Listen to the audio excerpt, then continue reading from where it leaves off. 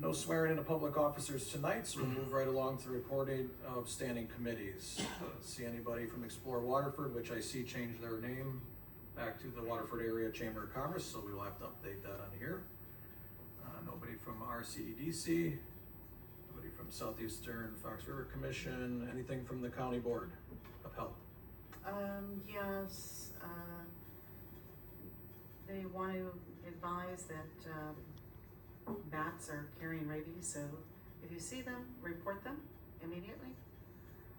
Also, 1 in 3 children have elevated blood levels, so you may want to be testing your paints. Lead. Or lead, Yeah, yes, I I'm thought sorry. that's what you're talking about. Lead level, thank you. That's what I meant to say. I think that's, and then, yeah, also just a reminder on safety around water, whether it's the lake or the pools. That's all I have. Excellent, thank you, Tammy. Western Racine County Sewage District? Nothing to report. Thank you, Pat. Anything else with the library board, or you good with the update on the director? Position. Just pretty much the update with the director, summer programming going well. All right. I don't see anybody from WWMD okay. Moving on to new business. Item number 1, discussion with Kevin Mullen from Baird regarding the plan of our finance for municipal debt, and you will consider appropriate motion for action. Good evening, Kevin. Hello, thank you. I appreciate the opportunity to be here. Again, I'm Kevin Mullen. I'm a director in public finance at Baird, and have worked with the village for quite some time, and have really appreciated the opportunity to continue to do so. I have a report that I put on your desk, and I would like to reference that. I'd also like to ask your patience as I go through a lot of dense numbers with you. So, as we've been working with the administrative team for the village, we put together a plan of finance, and that plan of finance will represent 2 buckets of borrowing, a taxable and a tax exempt bucket of borrowing. And each of those borrowing is going to be paid for by different sources within the village, even though the actual obligation will be a general obligation of the village using your debt capacity. You will be apportioning that debt amongst other enterprise funds throughout the village. And so what I wanted to do was break down the purposes and then the intended source of payment.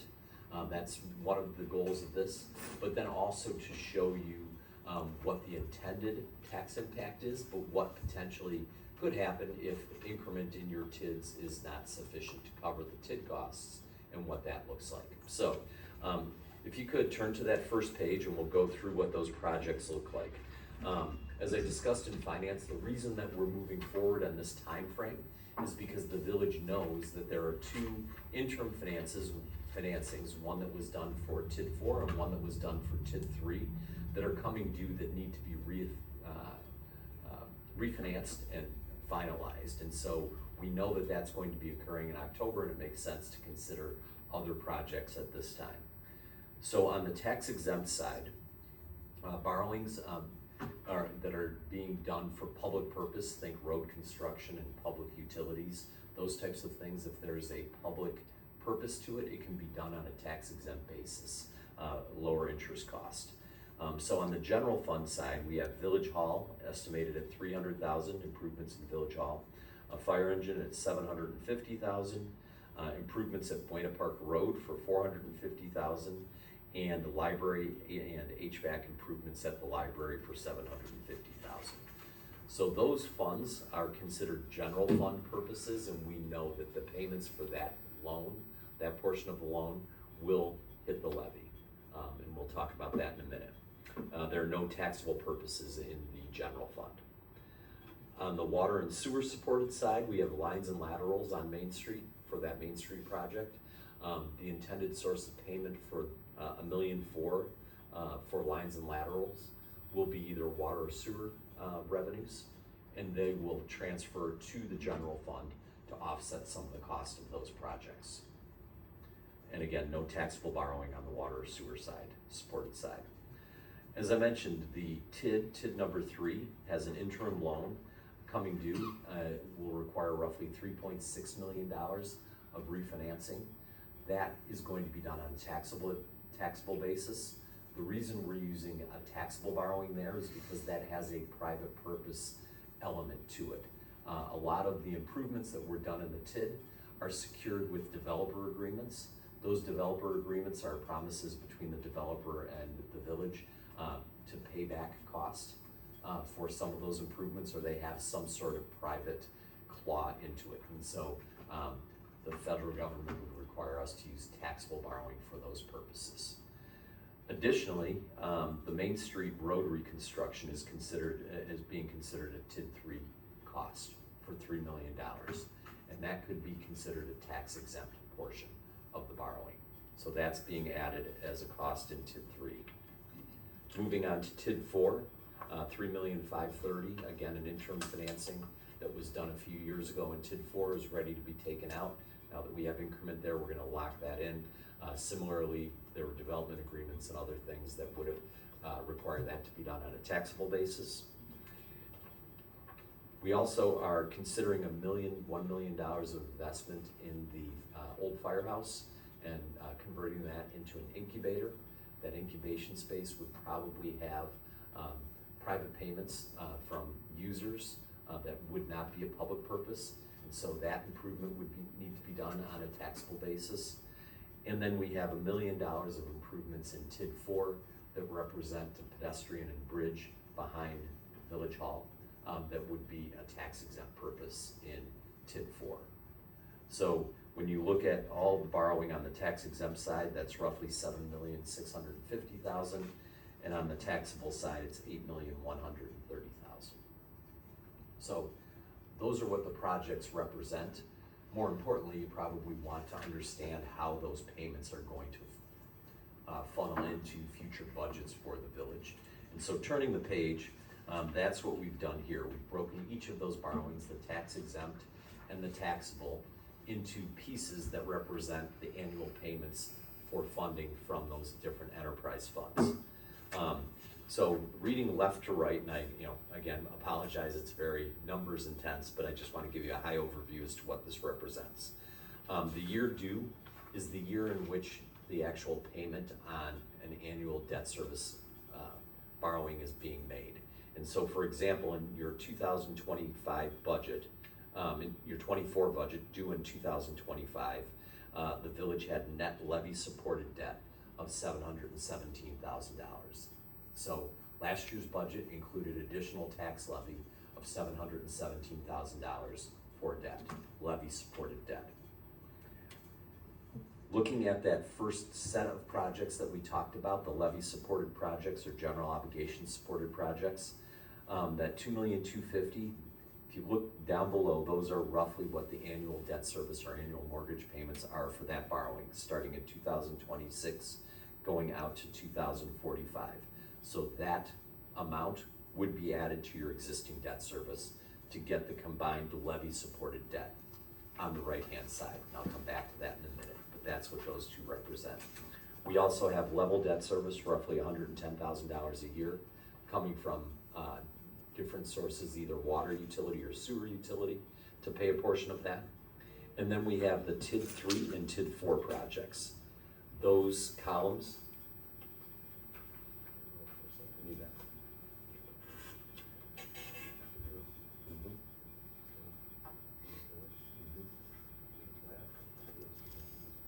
no. So this is new money for less than, yep, last year contribution to get that. And then this is the $1 million of tax exempt. Yep. Appreciate the question. Yep. If you look at the kind of the pinkish column, those are the payments that are going to be made, intended to be made through TID 3 for that $3 million improvement on Main Street. But if you look down, it's basically level payments, basically interest through 2040, and then it increases from $150,000 in 2040 to $676,000 for those remaining 5 years. That's intentional. That's after the TID has been retired. So the TID life on TID 3 goes out to 2040. So if the TID does not have enough increment between years 2026 and 2040, those payments would roll onto the tax levy beginning in 2041. It's expected, hoped, intended that there will be tax increment between now and 2040 to make some of those payments and buy that amount down. But the goal is to obviously have as little levy impact beginning in 2041 as possible. This loan will have an 8-year call on it. So after 8 years, you can begin prepaying if there is increment there, and the goal would be to pay that down. But right now it's showing in that TID 3 project plan. But in essence, in 2040, there's $3 million that would come due in TID 3. And if there was not enough increment there to support it, it would automatically roll to the levy. TID 4, you can see what those annual payments on the tax exempt side look like for the $1 million piece that is tax exempt there. So if you look to the far right-hand side, that combined levy supported debt, we're intentional in terms of where we want that to go. So we're hoping in the next 2 years that it will stay right at the 717 that it was in your budget last year. And then it drops slightly to 520,000 between 2028 and 2034 and drops again. So that's the levy plan. Turning the page though, we did talk a lot about what it looks like if, take that back, let's start. Not quite there yet. The next page is the $8 million that's taxable, and that's coming from two sources, TID 3 and TID 4. And so, that taxable piece is not intended to hit the levy, and you can see what those scheduled payments look like. The TID 4 project, as Zeke indicated, is the refinancing of that interim loan plus $1 million for the tax incubator, or for the incubator. Lost to project and fire station 1. And that goes out to the year 2045. That TID actually has 2 additional years on it, out to 2047. Questions on the breakout of those 2 loans generally? So turning the page, I think it's an important page. So we talked about what that levy supported debt looks like. That was a column that had the blue and the green sections. The levy supported debt service column on the left is what the plan is. If we don't get any development beyond what we are anticipating right now, it's likely that TID 3 advances and TID 4 advances would be needed in order to cover what the lack of increment in those years. And so I wanted to show you what that looks like, both for TID 3 and for TID 4. And you can see TID 4, for example, beginning in 2031. If nothing additional happens beyond what we're going to talk about in a minute, you would have roughly $380,000 that would have to roll onto the levy in that particular year. So, for example, if that were to happen, it would, instead of being 520 or 518,000 in 2031, it would actually be 890,000.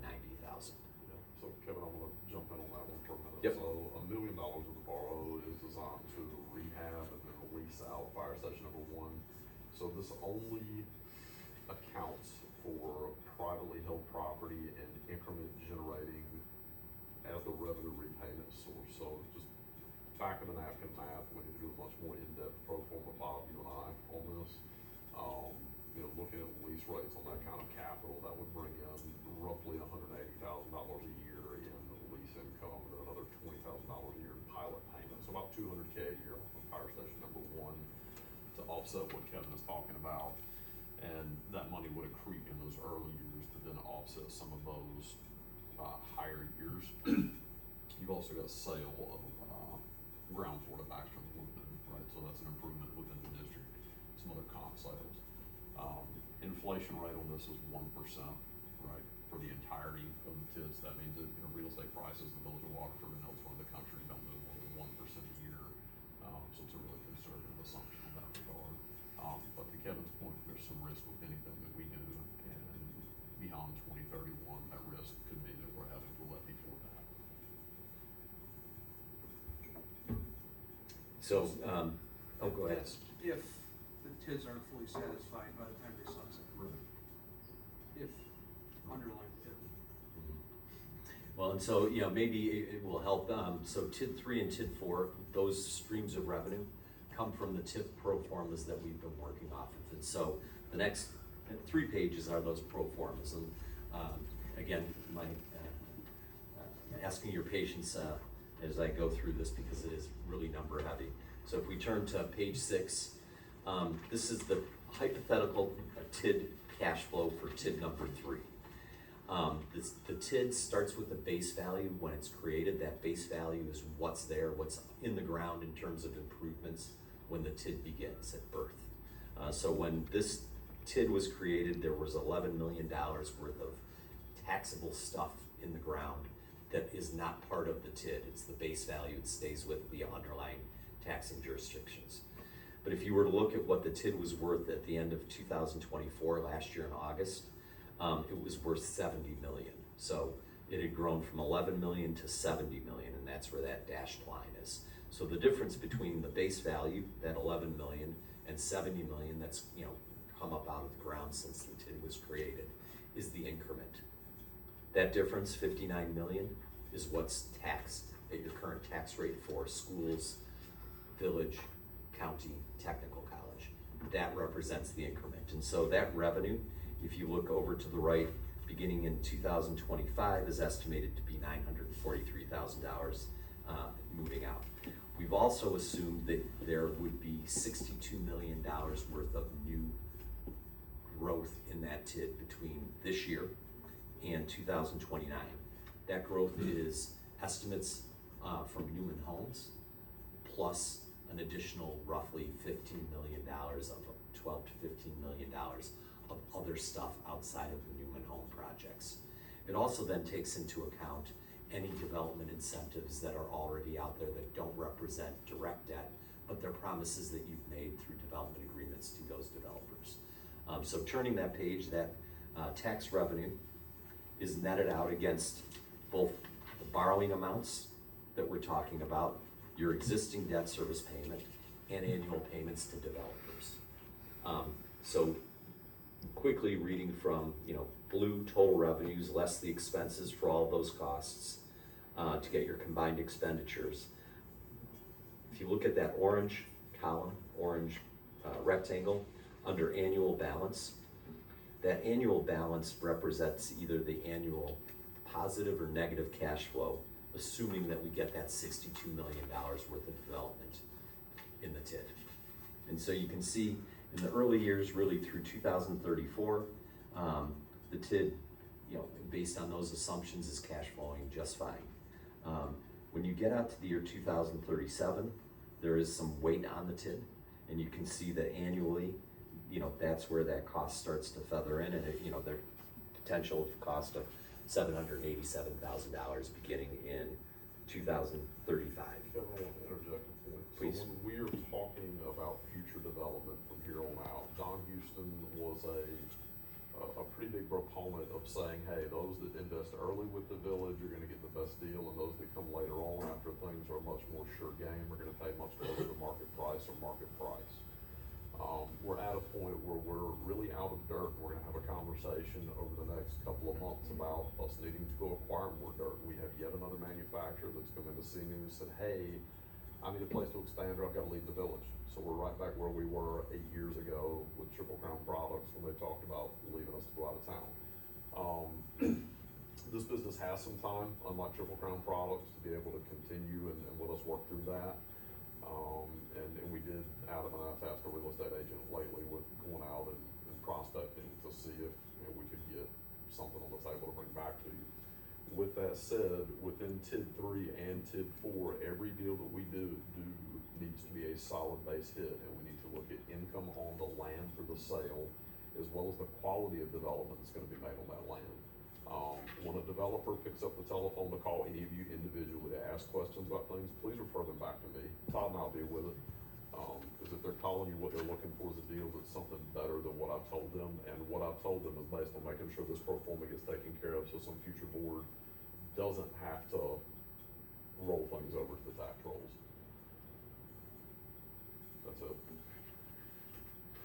So on page 7, one thing I wanna call your attention to, you'll notice in yellow, in 2040, there's, that payment of $3 million. So that's the investment in the Main Street project, as a cost in the TID.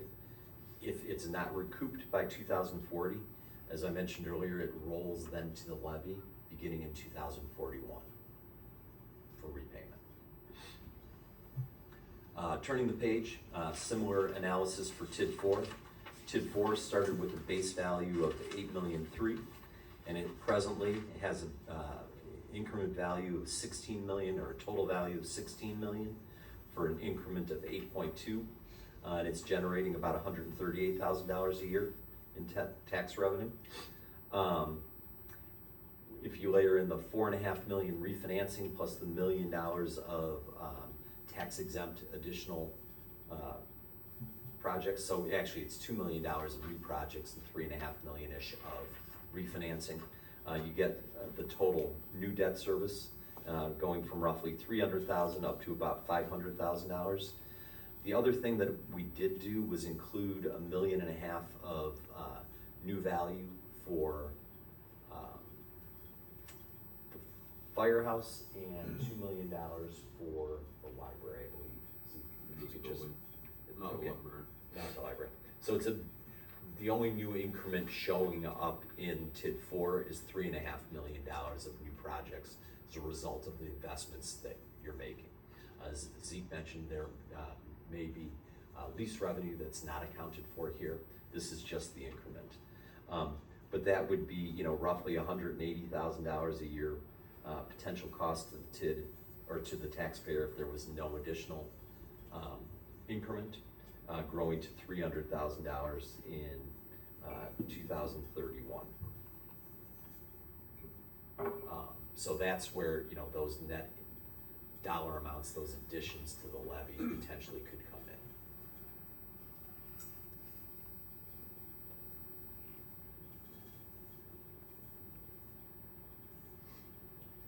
So translated, we need to grow, we need to develop the undeveloped lots that are within our TID district sooner rather than later.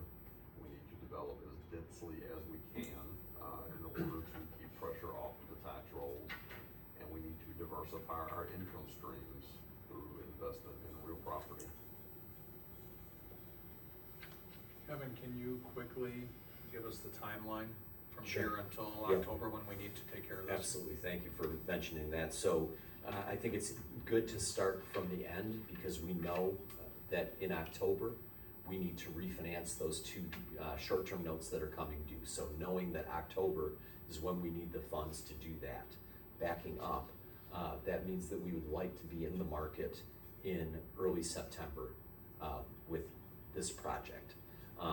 So I think the village would likely be considering a parameters resolution at your September board meeting, September 8th, which means you really should have good direction in terms of the amount and the structure of your financing by mid-August. So we've got a few weeks to, look at this, ask questions, be critical of it, and revise it so that we're on time to get to that September date.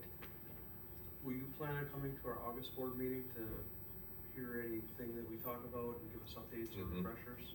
Mm-hmm. That would be really nice. What is that August date? I think I have it. The second Monday in August. Okay, that would be the 11th. Yes, sir. Yes, Okay, sir. I'll put it on the calendar. That way, if we peruse this pro forma and jot down questions and haven't already had them asked, it would be great to have your input on it Sure. then. So we're a month ahead of September's get ready month and then ready for October. Yeah, well, I will say, so heading into that August meeting, any questions that you have regarding this, I would really encourage you to direct them back to the administrative team, and we'll talk about them and make those adjustments. Because really at that August meeting, we would like to have a pretty solid idea as to what that looks like. Okay. So that, come September, it's pretty locked in. But yes, thank you, I would put August 11th on the calendar. Does anybody have any more questions for Kevin initially while you see this? Well, to me, what it looks like is TID 3 and TID 4 have performed very well. And it looks like we've exceeded expectations early on when we initiated TID 3 and TID 4 pretty dramatically. And if we continue to grow at the pace that we have, the items that look like they're mounting issues for 2035 and beyond will become non-issues. And we need to work very hard as this current team and administration to make sure that we push forward and not lay those mounting costs on some future administration. So as Zeke had said, this village is in a growth term, and I believe it's very curated, and I believe it's very thoughtful, and I believe it's happened over just about the exact length of time that we had expected it to do. But the numbers that we're looking at tonight here initially provide promise to me, because I think we've done a very good job. And I think we can continue to do that with the dirt that we have left. An acquisition of dirt, as touchy a subject as that can be, I think is something that we as an administration need to look forward to doing in the very near future. So with the August talk and the September get ready and the October make a decision time, I think we should have a game plan in place to make sure that our goals can be met well towards 2035. I think that's very well said, Bob. I have a very good feeling on it. I think I do we've as done a well. great job, and I congratulate this board and our administrative team for getting us to where we've gotten so far. And there are some, I think, dynamic opportunities and projects in the pipeline that will be making their way in front of this board in the next few months that will Great. be beneficial to exactly what you said. That's encouraging. So, thank you, Kevin. Yeah, thank you. Greatly appreciate it. Thank you. One thing some I'll talk about, and that's if you go to page 3, what Kevin has built in, whether Kevin realized it or not, whether we realized it or not, is a 2-year buffer after this year to figure out everything Bob just said. So you do have a little bit of room to do some small additional debt service over the remaining years beyond 2029. So if we want to hold that in capacity in order to manage some of the TID stuff that maybe doesn't land, right, because of downturn of the economy or whatever, then that is an additional option for us. Or conversely, and this is something that we're going to need to talk about, and Kevin talks to me about it every time I see him. How are we going to manage some of our bigger needs? And I'll put it out on the table for the audience and board here tonight, and that is if we discuss going to referendum for Jefferson Street and some of our other major failed roadways. When we sent out our survey last May of all the things we asked the residents about, the only thing they said that they would consider going to referendum for is Jefferson Street and the other failed roadways. So that would be a fruitful conversation as we advance on into fall so that we can develop a plan of finance to get those roads done. There really should be a sign up on Jefferson that says, check your teeth before you ride down that roadway. It's a rough roadway. It's no fun on a motorcycle, I can tell you that. One more thing I'd like to add is that another commendant, if I could. When we set out on this, during the time of the onset of a pandemic. And we were very cautious about how the economy might respond to all the decisions we made. With your help and help from people like Mead and Hunt, we have gotten this plan implemented during a downturn and during a pandemic. And I think coming out of that and looking back and seeing how challenging that could have been, it's just another feather in our cap for making really great decisions, very thoughtful. Thanks, Bob. All right, yes, Dan. If you could just elaborate, what are the $300,000 improvements for Village Hall? You're due for a roof, Mike. How long do you think we got on this? Couple years? 5 years. Yeah. So if we're going to do a borrow, the cost to actually go out and issue the bond and manage that process is not inconsequential. So we thought we'd roll that into this borrowing and just get that knocked out.